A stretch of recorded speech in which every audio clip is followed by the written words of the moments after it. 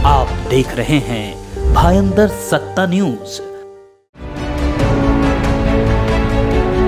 पूर्व उप महापौर हसमुख गहलोत ने मनपा पत्रकार कक्ष में आयोजित एक प्रेस कॉन्फ्रेंस में आगामी गणेशोत्सव के दौरान इको फ्रेंडली मूर्तियों के उपयोग को प्रोत्साहित करने की अपील की। उन्होंने लोगों से पर्यावरण की सुरक्षा के लिए इन मूर्तियों को अपनाने का आग्रह किया। इसके साथ ही गहलोत ने इको फ्रेंडली मूर्तियों के रजिस्ट्रेशन के लिए QR कोड का इस्तेमाल करने की भी अपील की है। आइए सुनते हैं हसमुख गहलोत की जुबानी। सबसे पहले आज के दिन सभी पत्रकारों का धन्यवाद देना चाहूँगा। विषय हमने आपको बताया कि आज जो PC लेने का जो विषय है वो इको मंगल मूर्ति, उसके बारे में हल्की सी मैं आपको जानकारी दे दूं।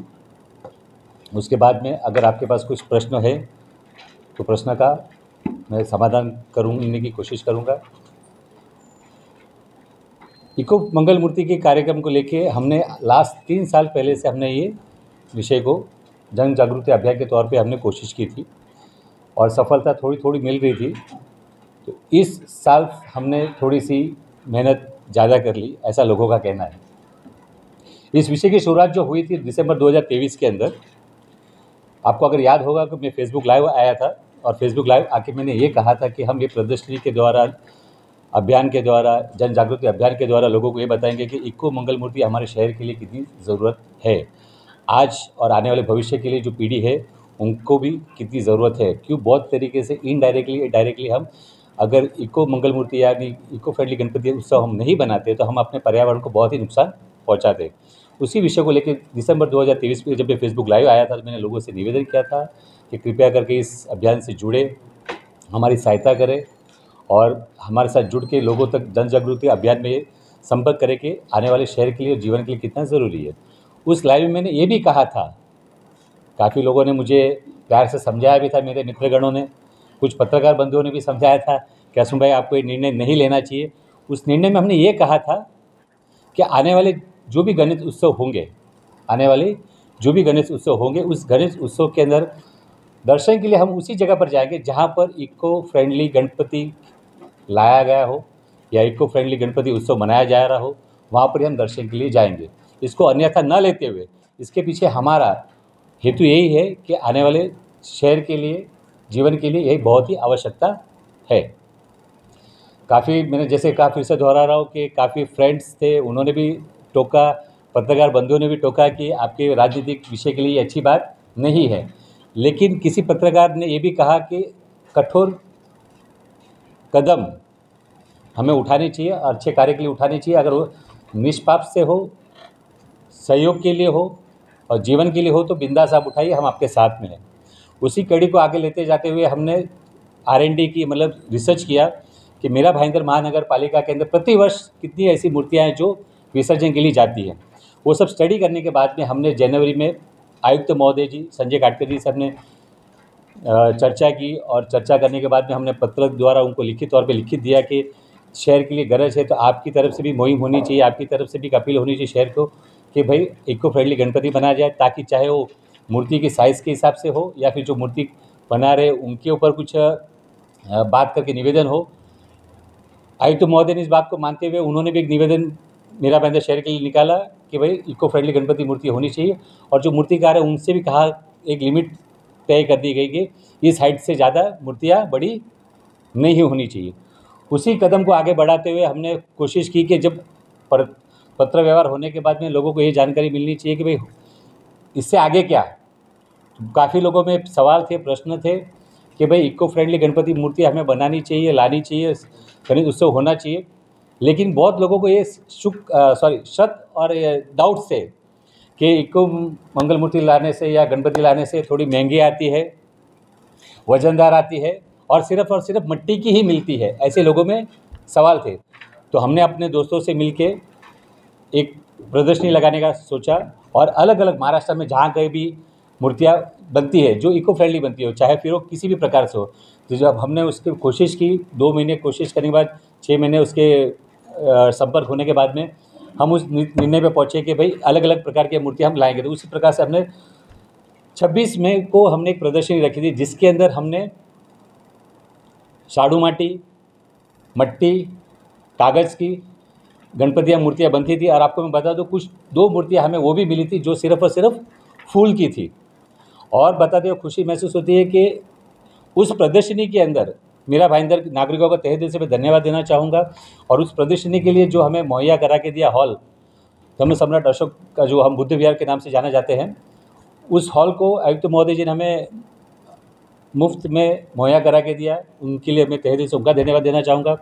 मेरा भाईंदर नागरिकों का धन्यवाद देना चाहूँगा कि उस प्रदर्शनी को उन्होंने हाथों हाथ सराहा। तकरीबन 2500 के आसपास लोगों ने वहाँ पर अपनी उपस्थिति दर्ज कराई।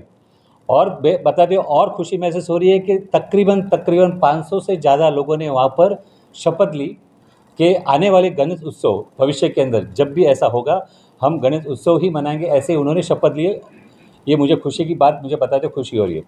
और तहे दिल से खुशी ये भी हो रही है कि नागरिकों के साथ साथ यहाँ पर जितने भी पत्रकार बंधु बैठे हैं, वहाँ पर भी उस दिन तकरीबन मीरा भाईंदर से 23 पत्रकारों ने शपथ ली और मुंबई से तकरीबन 7 पत्रकारों ने शपथ ली कि हम आने वाले इको फ्रेंडली के अंदर गणपति जो है वो इको फ्रेंडली ही बनाएंगे, चाहे डायरेक्टली और इनडायरेक्टली। इनडायरेक्टली कहने का अर्थ ये कि बहुत बार ऐसे होते हैं कि कोई पत्रकार है जो गणपति उत्सव नहीं मनाते, लेकिन जब उन्हें मौका मिलेगा फिर अपने दोस्तों द्वारा, अपने पड़ोसियों द्वारा या अपने रिश्तेदारों द्वारा, तो उन्होंने भी एक मुझे वचन दे के कहा है कि हसमुख भाई आने वाले समय में हम कोशिश करेंगे कि लोगों को समझाएंगे कि इको फ्रेंडली ही गणपति मूर्ति लानी चाहिए और उत्सव मनाना चाहिए। अब प्रदर्शनी हो गई, विषय ख़त्म हो गया। फिर मेरे दोस्तों ने कहा काफ़ी अच्छा, लोगों ने प्रतिसाद काफ़ी अच्छा दिया, लोगों में काफ़ी अच्छा पॉजिटिव रिस्पांस गया। फिर हमारी दोस्तों में वापस बैठक हुई कि इससे लोगों को और हम कैसे जागरूक कर सकते हैं। फिर आप में से कुछ 2 मित्रगण हैं, पत्रकार बंधु, उन्होंने भी कहा कि हसमुख भाई आपसे निवेदन है, इस मुहिम को आप यहाँ पे ना रोकते हुए इसको आप आगे कैसे बढ़ा सकते हो। तो राज जी ने कहा है, राज ठाकरे जी, उन्होंने कहा है कि जो हमारी मेमोरी है काफ़ी शॉर्ट रहती है, 15 दिन होता है, 1 महीना होता है, हम बाद में विषय को भूल जाते हैं। तो मुझे भी पत्रकारों की बात याद लगी और मेरे दोस्तों ने भी कहा कि हसमुख इसको आगे बढ़ाना चाहिए, नहीं तो क्या होगा, जो हम प्रदर्शनी लगा रहे वो लोग गणपति उत्सव तक ये नहीं रह पाएगी। तो चर्चा विषय करने के बाद में और काफ़ी लोगों ने ये भी कहा कि हसमुख भाई हम लोग आपके साथ अभियान में जुड़ना चाहते हैं। तो हमने लास्ट चर्चा करने के बाद में एक निष्कर्ष निकाला कि इसको आगे कैसे बढ़ाया जाए। तो उस तरीके से हमने 2 पड़ाव रखे हुए हैं। एक पड़ाव हमने आयुक्त महोदय जी को कल हमने पत्र द्वारा निवेदन किया है कि जितने भी इको फ्रेंडली गणपतियाँ मूर्तिकार है या जो बनाते हैं, उनको जगह की ज़रूरत रहती है हमेशा गणपति के अंदर। पहले कि वो जगह शायद वो महानगर पालिका से जुड़ी हो, चाहे वो रास्ते पे हो या फिर छोटी सी कहाँ पे जगह हो, वहाँ पर जहाँ पर वो ये लगाते हैं, क्या कहते हैं, मंडप लगाते हैं। तो आपको याद होगा कि महानगर पालिका किसी न किसी कुछ न प्रकार के वो दर लेते हैं। तो निवेदन ये हमने किया हुआ है आयुक्त महोदय जी को कि आने वाले गणेश उत्सव के लिए अगर कोई इको फ्रेंडली सिर्फ इको फ्रेंडली गणपति मूर्ति का कोई अगर बिक्री करता है तो उनसे वो दर न लेते हुए उनको जगह फ्री ऑफ कॉस्ट प्रदान करें। और दूसरा हमने निवेदन ये किया हुआ है, हर साल महानगर पालिका की तरफ से गणेश उत्सव फेस्टिवल मनाया जाता है। वो उत्सव के अंदर प्राइजेस दिए जाते हैं। जो मेरा भाईंदर महानगर पालिका में रहवासी है, उसमें चाहे घरगुती हो चाहे सार्वजनिक हो, तो हमने आयुक्त महोदय से ये निवेदन किया है कि आने वाले गणेश उत्सव के अंदर जो भी आप ऐसे इनाम की राशि दोगे या फिर गणेश उत्सव के अंदर जिसको सम्मिलित करोगे, उसको सिर्फ और सिर्फ इको फ्रेंडली जो गणपति बनाते हैं या जो मूर्ति लेके आएंगे, मैं जो घर पे ला रहे हैं उनकी बात कर रहा हूँ, या जो गणेश उत्सव बनाते हैं मैं उनकी बात कर रहा हूँ, तो उनको ही पारितोषिक दिया जाए या उनको ही प्राइजेज या उनको ही इनाम की राशि दी जाए, ना ही कि पीओपी वालों को दी जाए। और मुझे बता दें, बहुत खुशी महसूस होती है, आयुक्त महोदय जी ने इस बात को सराहा और उन्हें हाथों हाथ लिया और उन्होंने कहा कि मैं पूरी कोशिश करता हूँ कि इसी तरह से आने वाले समय में हमें ज्ञापन या शहर के लिए ऑर्डर हम निकालने की कोशिश करेंगे, ऐसा उन्होंने मुझे आश्वासन दिया है कल।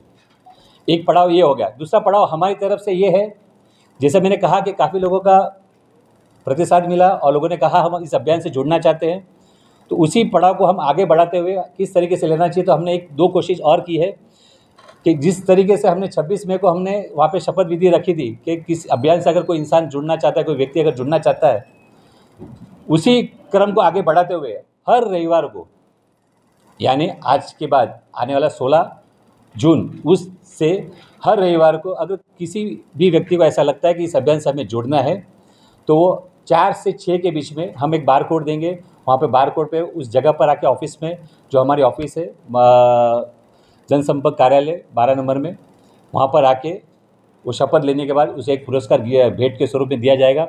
वो हम इस तरीके से हमारे साथ में अभियान के साथ जुड़ सकता है। दूसरी हमने विधि ये निकाली है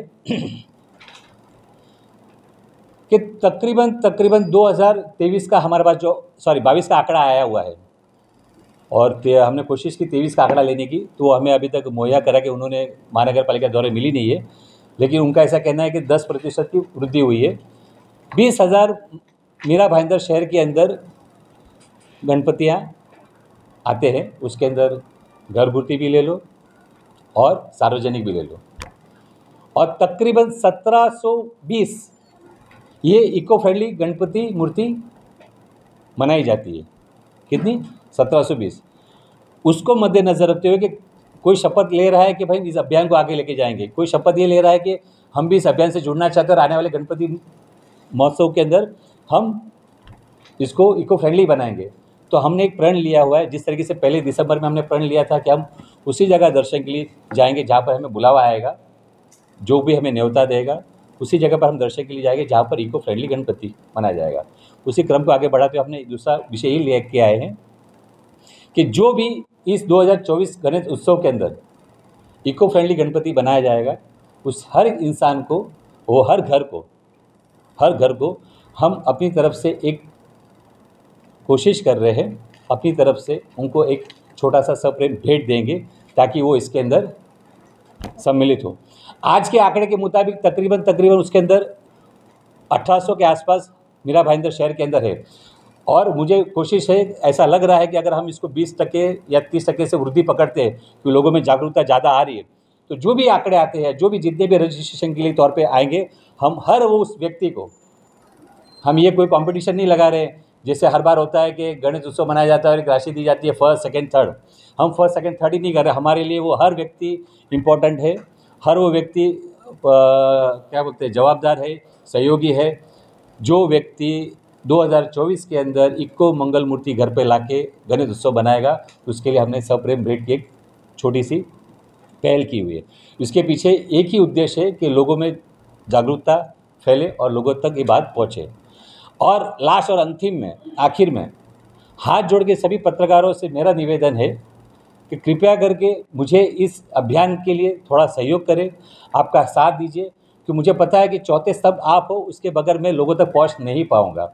आपका अगर मुझे सहयोग नहीं मिलेगा, प्रतिसाद नहीं मिलेगा, तो हम लोगों तक ये अभियान तक पहुंच नहीं पाएंगे। क्यों?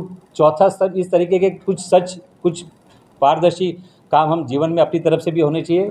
मेरा हमेशा मानना है, लोग कहते हैं कि असुम आप अकेले क्या कर लोगे, कभी होएगा नहीं होगा, मुझे पता नहीं कब होगा नहीं होगा, मुझे भी पता नहीं, लेकिन इतना ज़रूर मैं जानता हूँ, अगर आपका साथ मिला, लोगों का अगर साथ मिला, तो आज नहीं होगा ये मैं जानता हूँ, इस साल नहीं होगा ये मैं जानता हूँ, लेकिन एक दिन ज़रूर होगा ये भी जानता हूँ। लेकिन बगैर आपके, बगैर मीरा भाईंदर के रहवासी के ये नहीं होने वाला है। इसलिए हाथ जोड़ के आपसे फिर से मैं विनती करता हूँ, कृपया करके मुझे सहयोग करें। इसमें और भी कुछ सुझाव आपके हैं तो मैं इसके लिए यहाँ पे बैठा हूँ, और कुछ इसी विषय को लेकर के आपके कुछ प्रश्न हैं तो मैं यहाँ पे बैठा हूँ। आप देख रहे हैं भाईंदर सत्ता न्यूज।